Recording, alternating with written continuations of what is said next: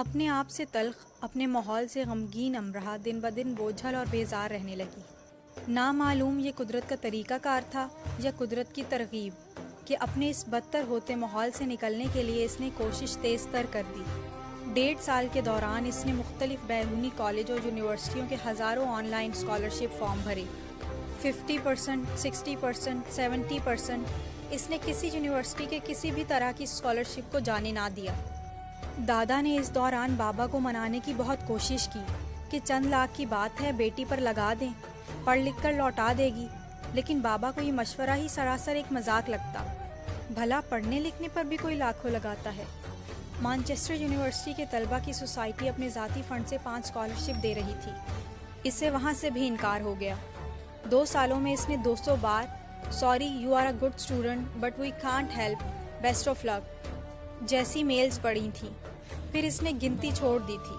لیکن ظاہر ہے انکار ناکامی کی کوئی حد بلا شبہ نہیں ہوگی، لیکن انکار سننے اور ناکامی سہنے والوں کی برداشت کی ایک حد ہوتی ہے۔ مانچسٹر یونیورسٹی کے اس انکار نے اسے ایک بار پھر گھٹنوں میں سر دے کر رلایا، اور اس نے بہت خفا ہو کر بہت جل کر ایک آخری میل انہیں ضرور کی: "میں ہوں ہی بہت منحوس ماری، میں جل کر مر جاؤں گی تو ہی اچھا ہے، بھاڑ میں جاؤ تم سب اور تمہاری اسکالرشپ آفر"۔ اگلے ہی دن اسے ایک لمبی میل موصول ہوئی جس میں انتھک کوشش کرنے اور کبھی نہ ہارنے پر ایک بڑا سا لیکچر تھا۔ ساتھ ہی دنیا بھر کے ان کامیاب انسانوں کی مثالیں تھیں جنہوں نے بدترین حالات میں شاندار کامیابیوں کی بنیاد رکھی تھی۔ ان میں سر فہرست نام محمد علی اور چارلی چیپلن کا تھا۔ ساتھ ہی سے بہت نرم انداز میں بتایا گیا تھا کہ میٹرک میں اس کا B گریڈ ہے، FSC میں صرف A، اور گریجویشن بھی بہت مشکل ہے کہ وہ A+ کے ساتھ کر سکے۔ ایسی صورت میں جب اس کے پاس شاندار ایکیڈیمک رزلٹ نہیں، وہ کیسے اسے دوسرے شاندار تعلیمی قابلیت رکھنے والوں کے مقابلے میں اسکالرشپ دے دیں؟ یہ تو سراسر ناانصافی ہوگی۔ ناانصافی، آئے بڑے انصاف کے علم بردار۔ آخر میں ایک چھوٹی سی سطر لکھی تھی جو کچھ ایسے تھی: "پھر بھی ہم کچھ سوچ رہے ہیں، شاید آپ کے لیے کچھ کر سکیں، پلیز جل کر مت مریے گا، ہمیں وقت دیں"۔ اس نے وقت دے دیا، اسے کیا اعتراض ہو سکتا تھا؟ اس دوران اس کا BA کا رزلٹ بھی آ گیا۔ A+ تو جیسے بورڈ والوں نے اس پر حرام ہی کر دیا تھا کہ جتنی محنت کر لے امرہ واجد کو A+ نہیں دینا۔ وہ بہت خفا سی رہی اپنے رزلٹ سے، لیکن کر بھی کیا سکتی تھی؟ صرف اتنا کہ A پر پلس کا سائن صفائی سے لگا کر اپنی ڈگری مانچسٹر میل کر دی، اور اس کی ذرا سی چالاکی کام کر گئی۔ پورا 1 مہینہ سوچنے کے بعد انہوں نے اسے کہا: "ہم آپ کو 70% اسکالرشپ آفر کر رہے ہیں، وہ بھی 30% ہر حال میں آپ کو 2 سالہ ڈگری کے دوران واپس کرنا ہوگا، باقی کے 50% آئندہ آنے والے 5 سالوں میں۔ اپنی رہائش اور کھانا پینا آپ کو خود دیکھنا ہوگا، ہم صرف عارضی طور پر یہ سب مہیا کریں گے"۔ تو منحوس ماری اور جل مروں گی کے الفاظ کام کر گئے۔ انگریز نما پاکستانی لرز اٹھے اور اسے اسکالرشپ آفر کر دیا۔ دادا کے ساتھ جا کر چپکے سے اس نے اپنا پاسپورٹ بنوا لیا۔ کچھ دادا نے اپنے اور کچھ دادا نے دوستوں سے قرض لیا اور باقی کا 30% جمع کر کے اس کے ہاتھ میں دیا۔ اب وہ دادا سے خوب چہک چہک کے باتیں کرتی۔ برسوں کی کٹی اب ختم ہوئی تھی، دادا پوتی میں اب پھر سے خوب بننے لگی۔ اس کے انداز تو کچھ ایسے تھے جیسے ہمیشہ کے لیے جا رہی ہو، اور دادا کے ایسے جیسے وہ ڈگری لے کر آئے گی تو رونا دھونا مرنا مارنا بھول جائے گی۔ وہ دادا کے ساتھ چھوٹے بڑے ہوٹل میں کھانا کھاتی اور آس پاس ہر چیز کو ایسے دیکھتی جیسے سب کو الوداع کہہ رہی ہو۔ دادا کچھ بھانپ گئے۔ "امرہ پڑھنے کے لیے بھیج رہا ہوں، یاد رکھنا صرف پڑھنا ہے وہاں پہ، باقی تمہارے تمام فیصلوں کا اختیار آج بھی میرے پاس ہے اور تمہارے بابا کے پاس ہے"۔ "جی ٹھیک ہے"، اس نے سر ہلا دیا۔ اس نے تو سوچا تھا کہ وہاں پڑھے گی، جاب کرے گی اور وہیں رہے گی۔ دادا پتہ نہیں کیا کیا سوچ رہے تھے۔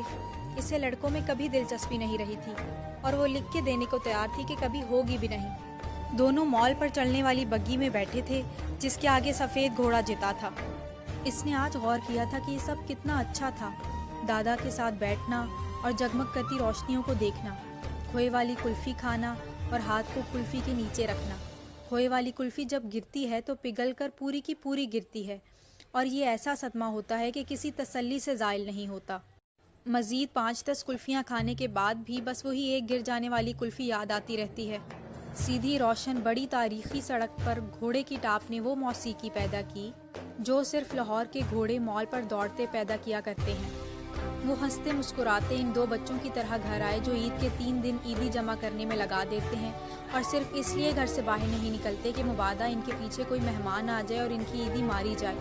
3 دن عیدی جمع کرنے والے یہ دو بچے چوتھے دن گھر سے نکلتے ہیں اور کیا خوب نکلتے ہیں۔ امرہ 2 دن بعد جا رہی ہے۔ کھانے کی میز پر دادا نے اعلان کیا۔ کہاں؟ دادی نے پوچھا۔ وہ سمجھیں اکثر بلوچستان جاتی رہتی ہے، اب کہ شاید پشاور کو نکل جائے اپنے دادا کے ساتھ۔ مانچسٹر۔ وہ کیا ہے؟ دونوں نے اپنی طرف سے دھماکہ کیا تھا، وہ پٹاخہ بھی نہ نکلا۔ نظر اتاری جانی چاہیے تھی ان سب کی جغرافیائی معلومات کی۔ انہیں معلوم ہی نہیں تھا کہ مانچسٹر شہر کا نام ہے اور یہ شہر برطانیہ میں ہے۔ کوئی رشتہ آیا ہے امرہ کا وہاں سے؟ اس اگلے سوال پر دادا خاموش ہی ہو گئے۔ تمہاری بیٹی اتنی قابل ہے کہ مانچسٹر کے میئر نے خود خط لکھ کر اسے بلایا ہے کہ ہماری یونیورسٹی میں آ کر پڑھو۔ دادا نے طنز کیا۔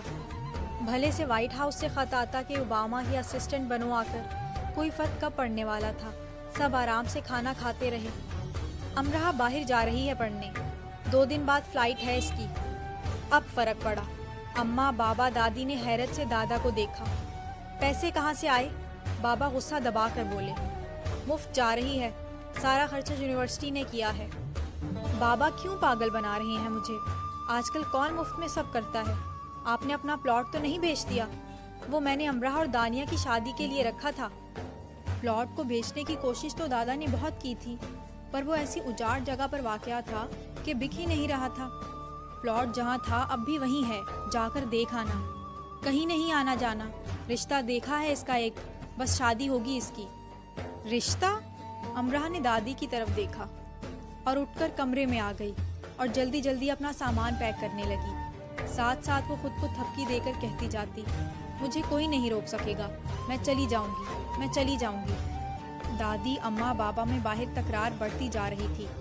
یہ کون سا رشتہ تھا جو اس برے وقت میں اس کے لیے آیا تھا؟ اب اس کا جی چاہا، بلکہ اس نے دعا کی کہ اس کے بارے میں جو کچھ مشہور ہے وہ سب ان رشتے والوں تک پہنچ جائے۔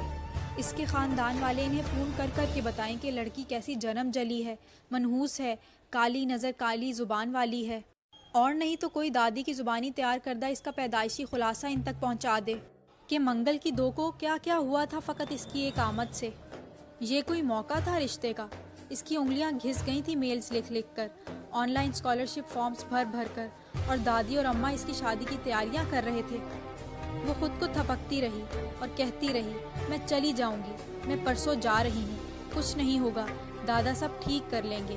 کہتے ہوئے وہ جلدی جلدی سامان بھی پیک کرتی رہی۔ پاسپورٹ کو حفاظت سے چھپا دیا کہ بابا غصے میں آ کر اس کا پاسپورٹ ہی نہ جلا دیں۔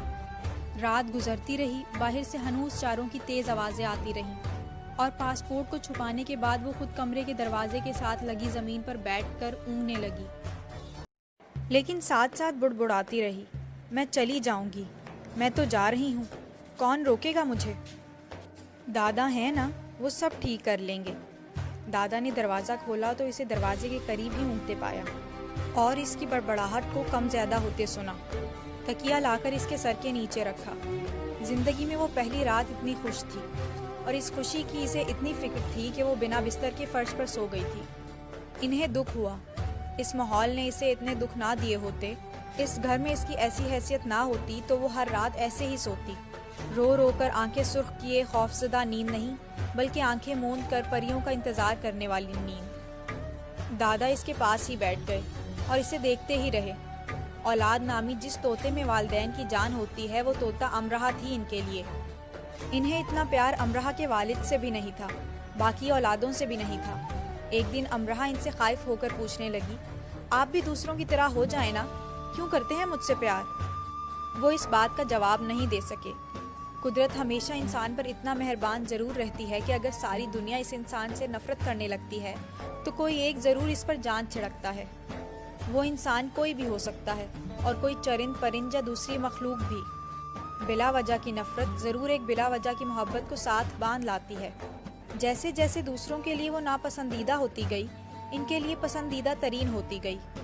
خدا بھی بھلا کبھی یہ بھولا ہے کہ اس کے بندے کے آس پاس بہت کانٹے اگائے ہیں، اور اب اسے ایک مہکتے ہوئے ہمیشہ تر و تازہ رہنے والے پھول کی اشد ضرورت ہے، تاکہ اس پھول کو پا کر وہ کانٹوں کی دی اذیت کو فراموش کر دے۔ دادا کیا جان سکتے تھے؟ یہ تو خدا ہی جان سکتا تھا، اور جو بہتر جان سکتا ہے وہی بہترین کر سکتا ہے۔ بے شک بابا نے اسے 10,000 روپے دیے کہ وہ ضروری خریداری کر لے۔ اماں اور دادی کا مزاج البتہ بہت برہم تھا۔ دادا کے ساتھ جا کر ہی اس نے ضروری خریداری کی۔ دانیہ نے اس کا سامان پیک کروایا۔ حماد اور علی دل محسوس کر اسے دیکھتے رہے، آخر وہ اتنی دور جا رہی تھی۔ دادا مسلسل 2 دن سے اپنی آنکھوں کی جھڑی چھپا رہے تھے۔ یہ پڑھنے جا رہی ہے، بھاگ نہیں رہی۔ ماں باپ تو خوش ہوتے نہیں، تم دونوں اسے رخصت کر دو خوشی سے، یہ نہ ہو کہ جہاز کریش ہو جائے یا یہ لاپتہ ہو جائے۔ دادا نے یہ چھوٹا سا لیکچر دادی اور اماں کو دیا تھا۔ اس کا جہاز کریش نہ ہو جائے یا وہ لاپتہ نہ ہو جائے۔ دونوں نے اپنی برہمی کو ایک طرف رکھا اور دعاؤں میں اسے الوداع کیا۔ وہ مانچسٹر کے لیے روانہ ہو گئی، شہر اسباق کے لیے، شہر آزاد کے لیے، شہر یارم کے لیے۔ وہ برطانیہ کے تیسرے مصروف ترین ایئرپورٹ کی اونچی چھت تلے ایڑی کے بل گھوم گئی۔ میں مانچسٹر آ گئی ہوں آگ لگانے، اس نے منہ پر ہاتھ رکھ کر چلا کر کہا۔ چند لوگوں نے اسے حیرت سے دیکھا، لیکن اسے پرواہ نہیں تھی۔ وہ گھیردار سفید شلوار اور اس کا سفید لمبا دوپٹہ مانچسٹر ایئرپورٹ کی صفائی کر رہا تھا، اور خاص کر ہر آنے جانے والے کے سامان کے ساتھ الجھ رہا تھا۔ اس نے پھر سے دونوں بازو پھیلا کر ایڑی کے بل گھوم کر کہا، میں آ گئی مانچسٹر، میں اب کبھی نہیں روؤں گی اور تم مجھے کبھی نہ رلانا۔ برِ صغیر کے حاکم وقت کی سرزمین پر گھوم گھوم کر اس کا سفید دوپٹہ لہراتا بہت خوش کن لگ رہا تھا۔ خوش بختی کا اگر کوئی اشارہ تھا تو وہ اس وقت امرہ کا ہی نعرہ تھا۔ مسرت و شادمانی کا اگر کوئی نکارہ تھا تو وہ یہی ایڑی کے بل گھوم جانا تھا۔ سکون و راحت کے دریا کا اگر کوئی کنارہ تھا تو وہ بس امرہ کا وجود سارا تھا۔ وہ ایک دم سے آزادی کے شدید احساس میں گھر گئی تھی۔ یہ احساس بہت خوش آئند تھا کہ وہ ہر دکھ سے دور ہو گئی ہے، اور یہاں اسے سب امرہ کی حیثیت سے جانیں گے، اور بس جہاں صبح ہوگی، شام اور رات، لیکن کوئی آہ نہیں۔ دکھوں کے استعارے چھپ گئے اور خوشیوں کی علامتیں جا بجا نظر آنے لگی۔ برِ صغیر کے حاکم وقت کی سرزمین پر لہراتا اس کا سفید دوپٹہ جہاز کا بادبان بنا اس کی کشتی کو نیلے پانیوں میں روا کرنے لگا۔ اسے کوئی لینے نہیں آیا تھا اور وہ 3 گھنٹے سے انتظار کر رہی تھی، لیکن اسے انتظار سے کوئی مسئلہ نہیں تھا۔ وہ اگلے 3 گھنٹے اور انتظار کر سکتی تھی۔ اب اسے کوئی مسئلہ تھا بھی نہیں بھائی۔ اسے اپنے نام کا بورڈ دور سے آتا ہوا نظر آیا۔ لانگ کراس بیگ لٹکائے ایک چائنیز مکس کورین لڑکی بھاگتی ہوئی آ رہی تھی۔ میں ہوں امرہ، وہ لپک کر اس کورین لڑکی کی طرف لپکی، ورنہ جس تیزی سے وہ بھاگ رہی تھی ایسا لگ رہا تھا اسے لینے نہیں بائے بائے کہنے آئی ہے۔ اوہ سلام، سوری مجھے دیر ہو گئی۔ کوئی بات نہیں، چلیں۔ امرہ نے سلام کا جواب دیا کہ اسے اچھا لگا اس نے ہیلو کے بجائے سلام کہا۔ دراصل جسے تمہیں لینے آنا تھا اس کا ایکسیڈنٹ ہو گیا آتے ہوئے، پھر مجھے آنا پڑا۔ زیادہ انتظار تو نہیں کرنا پڑا۔ وہ شرمندہ ہو رہی تھی کہ کوئی اسے وقت پر لینے نہیں آ سکا۔ امرہ کی شکل بنی، پھر اس کی ہنسی نکل گئی۔ ہانہ آگے آگے چلنے لگی۔ وہ اتنی تیزی سے چل رہی تھی کہ امرہ کے لیے اس کا ساتھ دینا مشکل ہو رہا تھا۔ دونوں ٹیکسی میں بیٹھی، بلڈنگ تک آئیں، سامان اوپر لائیں اور فلیٹ کے اندر آ گئی۔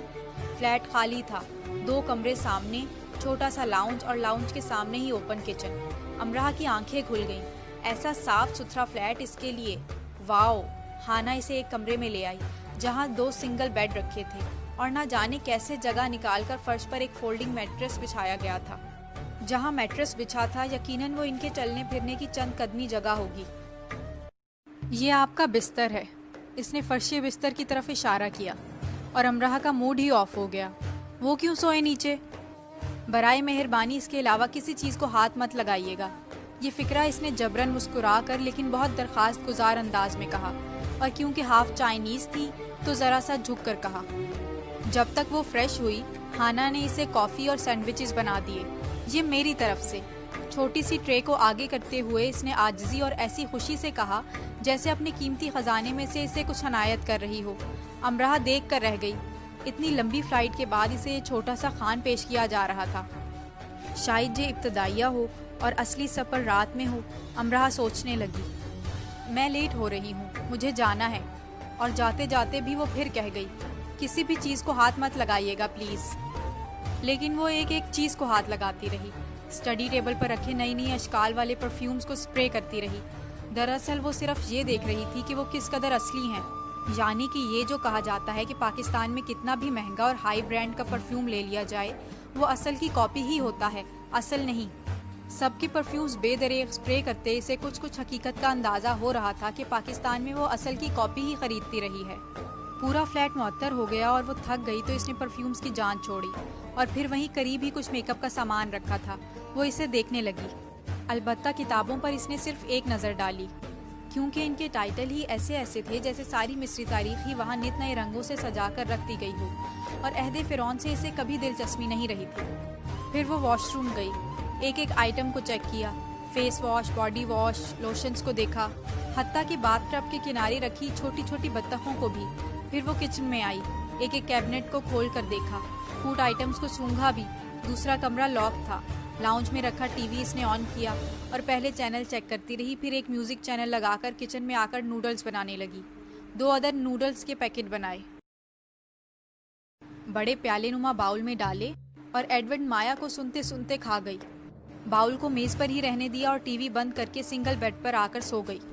30% ادا کیا تھا انہیں، کوئی مذاق تھا؟ رات کو 12 کے بعد کا وقت ہوگا جب اسے اٹھایا جا رہا تھا۔ مس پاکستان پلیز اٹھیں، ایک نیا چہرہ اسے اٹھا رہا تھا۔ پہلے تو وہ سمجھی کہ یہ خواب ہے، سو وہ بدستور سوئی رہی۔ لیڈی امرہا پلیز، ورنہ میں آپ کی ناک کے پاس یہ ڈی اسپرے کر دوں گی۔ اینڈ ٹرسٹ می، اس کی اسمیل دنیا کی گندی ترین اسمیل ہے، کئی ہفتوں تک ناک میں گھسی رہتی ہے۔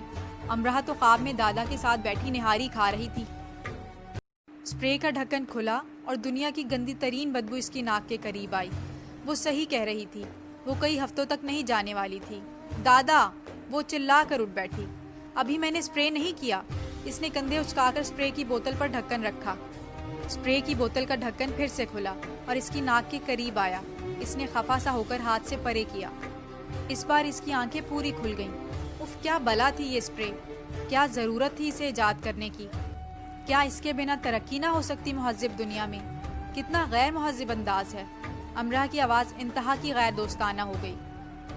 گہری سبز آنکھیں پھیل گئیں۔ غیر مہذب؟ شاید اس نے ہنسنا چاہا، لیکن پھر ارادہ ملتوی کر دیا۔ تم لوگ کتنی بھی بڑی بڑی یونیورسٹیوں میں پڑھ لو، بنیادی اخلاقی اصول کبھی نہیں سیکھو گے۔ امرہ نے اپنی پہلی تقریر کا آغاز مانچسٹر میں آمد کے 24 گھنٹے کے اندر کر دیا تھا۔ دیر قطعاً نہیں کی۔ کیوں دیر کرتی؟ اس بار سبز آنکھیں تند سے اسے دیکھنے لگیں۔ باہر آ جائیے مس امرہ، کہہ کر وہ خود باہر چلی گئی۔ امرہ منہ ہاتھ دھو کر باہر آئی۔ اس نے جان بوجھ کر زیادہ وقت لگایا کہ کرتی رہیں کھانے پر اس کا انتظار، لیکن باہر لاؤنج میں کوئی کھانے وانے کی میز سجی نہیں تھی، نہ ہی کھانوں کی اشتہا انگیز خوشبوئیں آ رہی تھیں۔ البتہ 1 نہ 2 پورے 5 کا مجمع باہر بیٹھا تھا، اور میز پر نوڈلز کا وہ باؤل رکھا تھا جس میں کچھ نوڈلز بچے تھے۔ وہ مجمع اسے دیکھ رہا تھا۔ بیٹھ جائیے، بھورے بالوں والی نے کہا۔ اس نے ایشیائی طرز کی بالوں کی چوٹی گھوند کر دائیں شانے کی طرف ایسے لٹکا رکھی تھی جیسے کنڈی مارے بھورا سانپ کھڑکی کی چوکھٹ پر پڑا جھول رہا ہو۔ امرہ بیٹھ گئی۔ شاید کھانے سے پہلے تعارف ہوتا ہوگا۔ یہ مس پاکستان ہے، امرہ، ہانا نے کہا۔ ہائے، میں لیلی کول ہوں، اسکاٹ لینڈ سے۔ اسپرے والی نے اپنا تعارف کروایا۔ میں شرلی مارگوٹ، بھورے بالوں والی نے کہا، لیکن وہ مسکرا نہ سکی۔ آئی ایم بیٹی لو، میں جرمنی سے ہوں۔ بہت لمبی اور بہت پتلی بیٹی لو نے بے طرح مسکرا کر کہا۔ امرہ دیکھ رہی تھی کہ اس کی ہنسی اس کی آمد سے ہی قابو سے باہر ہوئی جا رہی تھی۔ میں عذرا ہوں، شکاگو سے، لڑکھڑاتی اردو میں آواز آئی۔ مردانہ ہیئر سٹائل کی حامل جسے وہ شارلٹ کرسٹینا ٹائپ سمجھ رہی تھی۔ میں نے آپ سے کہا تھا نا کہ کسی چیز کو ہاتھ نہیں لگانا، ہانا نے بولنا شروع کیا۔ میں صرف واش روم گئی تھی، وہ صاف مکر گئی۔ ہانا کا منہ کھل گیا۔ یہ جھوٹ بول رہی ہے شرلی۔ شرلی نے آنکھ سے اشارہ کیا ہانا کو، اور ہانا خاموش ہو گئی۔ یہ، شرلی نے میز پر رکھے باؤل کی طرف اشارہ کیا۔ مجھے کیا معلوم اس کے بارے میں، یہ تو پہلے سے یہاں رکھا تھا۔ اب کی بار وہ حقیقتاً ڈر گئی تھی۔ کچھ ہوا کہ سارے نوڈلز کھا کر باؤل دھو کے کیوں نہیں رکھا۔ ابھی امرہ کو نہیں معلوم تھا کہ وہ باؤل دھو کے بھی رکھ دیتی تو بھی انہیں پتہ چل جاتا کہ ہانا کے نوڈلز کس نے کھائے۔ ٹھیک ہے امرہ، آپ جا کر سو جائیں، سوری آپ کو ڈسٹرب کیا، شرلی نے کہا۔ اور کھانا؟ وہ کھڑی ہو کر پوچھنے لگی۔ وہ پانچوں پہلے اسے اور پھر آپس میں ایک دوسرے کو دیکھنے لگی۔ بیٹی لو نے گو کے اپنے منہ پہ ہاتھ رکھ لیا تھا، پر امرہ دیکھ رہی تھی کہ وہ اپنی ہنسی روکنے کی ناکام کوشش کر رہی ہے۔ ابھی آپ کو اور بھوک لگی ہے؟ عذرا نے پوچھا۔ نہیں، بھوک تو نہیں لگی، مگر پھر بھی کھانا تو کھاتے ہیں نا، اس سے یہی بات بن سکی۔ لیکن سچ میں اسے بھوک لگی تھی، اور بھوک سے زیادہ اس بات کا انتظار تھا کہ اس کے لیے کھانے میں کیا بنا ہے۔ کیا سب انگلش کھانے ہیں کہ کچھ دیسی بھی؟ ہم بنا بھوک کے کھانا نہیں کھاتے لیڈی، شرلی نے کسی قدر متانت سے کہا۔ کھلاتے بھی نہیں، اس نے اردو میں کہا۔ کسی کی سمجھ میں نہیں آیا، بس عذرا نے اسے گھور کر دیکھا۔ وہ کمرے میں آئی اور فرشی بستر پر آ کر سو گئی۔ باہر بنبناہٹ ہوتی رہی۔ 30% ادا کیا ہے۔ وہ سو گئی۔ اگلے دن وہ اٹھی تو کمرے کی کھڑکی سے باہر کا منظر دیکھ کر اس کی چیخ نکل گئی۔ اف، اتنی صفائی، اتنی خوبصورتی! بلڈنگ کے جس راستے سے وہ اس فلیٹ میں آئی تھی، یہ اس کی پچھلی طرف کا منظر تھا، جہاں سرسبز گھاس کا ایک کھلا کتا تھا، اور اس سرسبز گھاس پر جگہ جگہ مختلف کیاریوں میں ڈھیر سارے پھول کھلے تھے۔ کتے کے پار سڑک، جس پر دور دور تک گرد کا نشان نہ تھا، اتنی خاموشی جیسے کوئی بنی نوع انسان زمین پر اترا ہی نہیں۔ کمرہ خالی تھا، سارا فلیٹ ہی خالی تھا۔ بیڈ کورز بے شکن تھے، اسٹڈی ٹیبل پر ایک بھی پرفیوم موجود نہیں تھا، واش روم میں کل رات تک نظر آنے والے سبھی شیمپوز، فیس واش غائب تھے۔ وہ کچن میں آئی تو کاؤنٹر پر ایک چٹ رکھی تھی، یور بریک فاسٹ، انڈا، جیم، 4 ڈبل روٹی کے پیس، دودھ اور شوگر ایک پلیٹ میں، کافی کے مگ میں 1 مگ جتنی کافی، اور سائڈ پر رکھا 1 عدد ٹی بیگ۔ باقی چاروں کیبنٹ کو ایک زنجیر سے پرو کر درمیان میں چھوٹا سا تالا لگا دیا تھا۔ امرہ کو ایک معمولی سا جھٹکا لگا اس بات پر۔ اس کے پاس کوئی فون نہیں تھا۔ رات ہانا نے اس کی بات پاکستان کروا دی تھی۔ اب ظاہر ہے اسے خود ہی فون کرنا ہوگا اگر وہ اس معمولی سے جھٹکے کے بارے میں دادا سے لمبی بات کرنا چاہ رہی تھی تو، اور لمبی بات پر لمبا بل بھی ادا کرنا پڑتا تھا۔ دوسری چٹ فریج پر لگی تھی، 9 بجے آ کر ڈربی تمہیں لے جائے گی یونیورسٹی، تیار رہنا۔ ناشتہ کر کے وہ تیار ہو گئی۔ ٹھیک 9 بجے ڈربی نامی چھوٹی سی عورت نما بچی کے لڑکی آئی۔ میں ڈربی ہوں، مجھے شرلی نے کہا تھا کہ تمہیں یونیورسٹی ڈراپ کرتی جاؤں۔ میں امرہ ہوں، میں آج پہلی بار یونیورسٹی جا رہی ہوں۔ یہ تمہیں دیکھ کر بخوبی اندازہ لگایا جا سکتا ہے۔ وہ مسکرائی، اور امرہ کو وہ مسکراتی ہوئی بہت اچھی لگی۔ انفیکٹ امرہ کو اس کی گھسی ہوئی جینز اور گھسے ہوئے شوز بھی بہت اچھے لگ رہے تھے، اور اس کے بریسز والے دانت بھی، کیونکہ وہ مانچسٹر یونیورسٹی میں قدم رکھنے جا رہی تھی۔ اسے سب اچھا ہی لگنا چاہیے تھا نا۔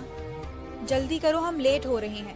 ڈربی تیزی سے باہر نکلی، فلیٹ کو لاک کر کے وہ اس کے پیچھے آئی۔ ڈربی ایک منی سی سائیکل کو لیے تیار کھڑی تھی۔ آ جاؤ، بیٹھ جاؤ۔ اس نے اس منی سی سائیکل کی پچھلی نشست کی طرف اشارہ کیا۔ تو اس پر ڈراپ کرنا تھا اسے، اس لیے خاص ڈربی کو بھیجا گیا۔ کیا ہوا امرہ، آ جاؤ نا، مجھے اپنی کلاس بھی لینی ہے۔ وہ اس منی سی لڑکی کی منی سی سائیکل پر بیٹھ گئی۔ پہلے اپنی شرمندگی چھپاتی رہی، پھر اپنی ہنسی دباتی رہی۔ سڑکوں پر سے گزرتے اس نے کسی طرف بھی نہ دیکھا، اور ڈربی کے پیچھے منہ چھپائے وہ اپنی ہنسی کی رفتار کم کرتی رہی۔ دادا، اس نے خیالوں میں دادا کو مخاطب کیا، مجھے اتنی ہنسی آ رہی ہے کہ میرا جی چاہتا ہے کہ اس سڑک پر کود جاؤں اور پیٹ پر اپنا ہاتھ رکھ کر اتنی زور زور سے ہنسوں کہ سارا مانچسٹر اکٹھا ہو جائے۔ دادا، زندگی کیسے کبھی ہمیں چھوٹے، معمولی، بیکار قسم کے بہانوں پر ہنساتی ہے۔ دادا، مجھے وقت کے یہ بہانے اچھے لگے جو اس نے میری زندگی میں پرو دیے۔ اس دوران بار بار اس کی نظر ڈربی کے ان چند بالوں کی طرف اٹھ جاتی تھی جنہیں ڈربی نے سر سے بہت اوپر اٹھا کر چنی منی سی پونی میں باندھ رکھا تھا، اور جو خدا معاف کرے پونی ٹیل کے نام پر خاصا گہرا کلنک کا ٹیکا تھا۔ ہوا میں لہراتے وہ کسی چھوٹی چڑیا کی دم جیسے لگ رہے تھے۔ ڈربی سنجیدگی و متانت سے ایسے سائیکل چلا رہی تھی جیسے شاہ اردن کی سونے کی بگی دوڑا رہی ہو۔ سارا راستہ وہ امرہ کی ہنسی کے فواروں کی بوچھاڑ سہتی رہی تھی۔ اسے اتارنے کے بعد وہ بولی بھی تو صرف اتنا، کتنی موٹی ہو تم، جاگنگ کیا کرو۔ ڈربی کیسے اسے اپنی سائیکل پر گھسیٹ کر وہاں تک لائی تھی اس کی پیشانی کا پسینہ بتا سکتا تھا۔ وہ آکسفورڈ روڈ پر برطانوی طرز تعمیر کی تاریخ ساز عمارت کے عین سامنے کھڑی تھی۔ یونیورسٹی میں کیمپس کی آرک کے پیچھے اس کے اوپر بڑے سنہرے حروف میں یونیورسٹی آف مانچسٹر جڑا تھا، جس کی بنیاد 1824 میں رکھی گئی تھی۔ علم، حکمت، انسانیت جس درسگاہ کا موٹو تھا، جو قریباً 40,000 کے قریب اسٹوڈنٹس کو فیضیاب کر رہا تھا۔ دنیا کی 10 بہترین درسگاہوں میں سے ایک، دی یونیورسٹی آف مانچسٹر۔ وہ مین کیمپس کو اور آرک کو مگن انداز میں دیکھنے لگی۔ اس طرز تعمیر کی عمارتیں اس نے لاہور میں بھی دیکھی تھیں۔ اسے کچھ کچھ لاہور عجائب گھر جیسی بھی لگی۔ اسے یہ نہیں معلوم تھا کہ اندر کیسا جہاں آباد ہے۔ دنیا کے کیسے کیسے لائق فائق قابل اساتذہ یہاں اکٹھے کیے گئے ہیں، وہ کیسے کیسے شاگردوں کے استاد بنا دیے گئے ہیں۔ ہاں، ابھی فی الحال وہ کچھ نہیں جانتی تھی، اور وہ یہ بھی نہیں جانتی تھی کہ وہ بہت جلد بہت کچھ جان جائے گی، بہت کچھ۔ اسٹوڈنٹس کا جم غفیر ایسے اندر جا رہا تھا جیسے اندر کوئی چیز مفت تقسیم کی جا رہی ہو، جیسے کہ بریانی، اٹلی کا وہ مشہور پیزا جو اٹلی میں بھی نہیں ملتا۔ آ جاؤ امرہ۔ ڈربی کافی آگے جا چکی تھی، امرہ اس کے ساتھ چلنے لگی۔ اس نے سائیکل کو سٹینڈ پر کھڑا کیا۔ اس کی آنکھیں تیزی سے اطراف کا جائزہ لے رہی تھیں، اور اس کی سمجھ میں نہیں آ رہا تھا کہ کس طرف دیکھے اور کس طرف کو چھوڑ دے۔ دل بھی یہی چاہ رہا تھا کہ سب ایک ہی بار جلدی سے دیکھ لے، یعنی سب کو۔ اسٹوڈنٹس کی آمد و رفت میں تیزی بھی تھی اور پھرتی بھی، اور وہ ایسے تھی جیسے کہ پھرتی اور تیزی سے ہم کبھی ملے نہیں، اور سست روی سے ہماری بہت اچھی دوستی چل رہی ہے۔ امرہ، تیز چلو نا۔ ڈربی نے 20 قدم آگے جا کر گردن موڑ کر آواز دی۔ اس آواز پر اس نے ذرا سی تیزی دکھائی، اور اس سے 15 قدم قریب ہو گئی۔ ڈربی سرسبز گراؤنڈ میں ایک گروپ کے پاس جا کر کھڑی ہو گئی، اور اس کی طرف اشارہ کیا۔ امرہ کا اتنی دور سے ہی ذرا دم سا نکل گیا۔ وہ 10-12 لڑکے لڑکیوں کا گروپ تھا، اور ان میں شرلی کو اس نے فوراً پہچان لیا تھا۔ باقی عذرا کو پہچاننے میں اسے تھوڑا وقت لگا، کیونکہ اس نے سر پر سیاہ نیٹ باندھ رکھی تھی۔ السلام علیکم، اس نے ان کے قریب جا کر ذرا گھبرائی آواز میں کہا۔ اگر ڈربی کے ساتھ اس کے سائیکل پر بیٹھے وہ ہنسنے سے ذرا جلدی فارغ ہو جاتی تو اس سے کچھ معلومات ہی لے لیتی ان سب کے بارے میں، خاص کر دائم کے بارے میں، جو اس سے رابطے میں رہا اور جس کی مدد سے وہ یہاں آئی تھی۔ سب نے اپنا اپنا نام لے کر تعارف کروایا۔ اس دوران وہ جس خلوص سے مسکراتے رہے، امرہ ہلکی پھلکی ہوتی گئی۔ وہ بلا وجہ ہی ان کے دباؤ میں آ گئی تھی۔ یہ سب تو بہت اچھے ہیں۔ دائم اور 2 لڑکیاں اسے ساتھ لے کر یونیورسٹی کینٹین میں آ گئی اور اسے کافی پلائی۔ جب وہ کافی کی آخری چسکی لے چکی اور گروپ کے لیڈر دائم اور گروپ کی لڑکیوں نوال اور بریرہ کی خوبصورتی کو دل ہی دل میں داد دے چکی تو دائم نے کچھ یوں بات شروع کی۔ مس امرہ، کیا آپ مجھے مکمل سنجیدگی اور توجہ سے سننے کا وعدہ کریں گی؟ میں وعدہ کرتی ہوں، اس نے ٹھیک اسی انداز میں کہا جس میں بچے ایک ہاتھ میں چاکلیٹ چھپا کر اور دوسرے ہاتھ کو آگے کر کے کہتے ہیں، پکا وعدہ، میں رات میں چاکلیٹ نہیں کھاؤں گا۔ گڈ، کیونکہ مجھے کچھ شک سا ہے، اس لیے پھر کہہ رہا ہوں کہ درمیان میں مت بولیے گا۔ ہم یہ 3 لوگ جو آپ کے سامنے بیٹھے ہیں، ہم نے اور کچھ ان دوستوں نے جو تعلیم مکمل کر چکے ہیں یا ہم سے سینئرز ہیں، نے ایک منصوبہ بنایا تھا کہ کیوں نہ ہم اپنی ذاتی کوششوں سے لائق فائق قابل پاکستانی اسٹوڈنٹس کو اسکالرشپ دیں۔ ہم انہیں اپنے جمع کیے گئے فنڈ سے یہاں بلوائیں تاکہ وہ پاکستانی اسٹوڈنٹس جو لائق تو ہیں لیکن اچھی تعلیم افورڈ نہیں کر سکتے، انہیں آگے بڑھنے کا اور غیر ملکی سطح پر اپنا نام منوانے کا موقع ملے، تاکہ یہ سب پھر پاکستان کی ترقی میں اہم ثابت ہو سکیں۔ سادہ لفظوں میں ہم بہت ذہین لیکن بہت غریب اسٹوڈنٹس کو یہاں بلوا رہے تھے، جو پاکستانی یونیورسٹی میں بھی تعلیم حاصل نہیں کر سکتے تھے۔ ہمارے 30 لوگوں کے گروپ نے مختلف ذرائع سے فنڈز اکٹھے کیے۔ ہم نے مختلف ایونٹس میں سٹالز لگائے، کچھ میوزک اور تھیٹر کیا، کچھ ہماری اپنی سیونگ تھی اور کچھ ہمیں ہمارے والدین، رشتہ داروں، دوستوں اور مختلف کمیونٹیز کے مختلف افراد نے فنڈز دیے، اور ہم نے مطلوبہ ہدف پورا کر لیا۔ ہم صرف 5 اسٹوڈنٹس ہی افورڈ کر سکتے تھے، وہ بھی اس صورت میں اگر وہ یہاں آتے ہی جلد سے جلد اپنی خوراک اور رہائش کی ذمہ داری اٹھا لیتے۔ اگر ہم انہیں خوراک اور رہائش بھی دیتے تو صرف 3 ہی کو یہاں بلوا سکتے تھے۔